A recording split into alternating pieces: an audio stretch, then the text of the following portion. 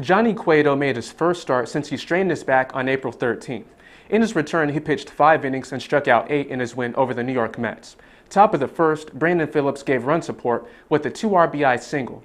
Top of the 6th, game tied at 3. Jay Bruce knocks it out over the right field wall, and Reds go up 4-3. Bottom of the 9th inning, Aroldis Chapman strikes the batter out and completes a perfect inning. Reds have now won 8 of their last 10 and have pulled to within 1.5 games of the first-place Cardinals. Mike Leake will start for the Reds when they face the Mets again tonight for Game 2 of their series at 7:10. Aroldis Chapman pitched a perfect inning today after pitching the worst game of his career on Sunday. Bottom of the 9th inning, the Reds are up 2-1. Chapman needs 2 outs to save the game. He gave up a home run to Eric Kratz. Now the game is tied for Freddie Galvis, and he knocks it out over the wall in left field. Phillies win 3-2 as Chapman gave up back-to-back home runs for the first time in his career. Nobody knew what caused him to pitch so bad until now.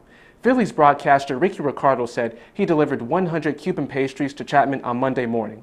And when he saw Chapman on Sunday morning before the game, he had already scarfed down about 18 of them and couldn't breathe. They are the equivalent of Krispy Kreme donuts, but with the cream cheese filling. The Cuban missile is going to need a treadmill. In the interview, Ricardo joked by saying, they could cause a stroke. In the NFL, the Cincinnati Bengals added another weapon to their already high-powered arsenal. Notre Dame's Tyler Eifert skipped his senior season and was the Bengals' first pick in the 2013 draft. His versatility allowed for him to line up as a receiver as he led his team with 50 catches for 685 yards and 4 touchdowns last season. He's Notre Dame's all-time record holder for catches and receiving yards by a tight end. He's the sure-handed receiver they needed alongside A.J. Green. And to give some balance to that passing game, the Bengals chose North Carolina's Giovanni Bernard in the second round, and he's the first running back taken in the 2013 draft. He was just signed to a 4-year contract. He's compared to the Baltimore Ravens' Ray Rice because he's only 5'8", 200 pounds, and is a good receiver from the backfield. The ACC Offensive Player of the Year ran for over 1,200 yards and caught 47 passes for 490 yards and 12 touchdowns. He'll give a different speed of pace than Bengals starter Ben Jarvis Green Ellis. In college football, the first preseason top 25 poll does not have the defending national champs Alabama ranked number 1.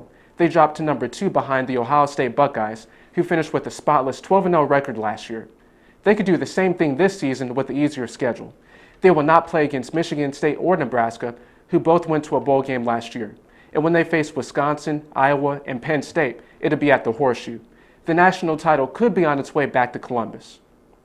And UC just got a lot better at the quarterback after they signed one of Notre Dame's top recruits, Gunnar Kiel.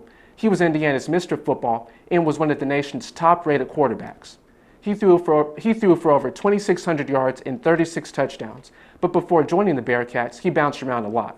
Kiel first committed to Indiana, then he chose LSU. He changed his mind again and played for Notre Dame, but left just after his freshman season.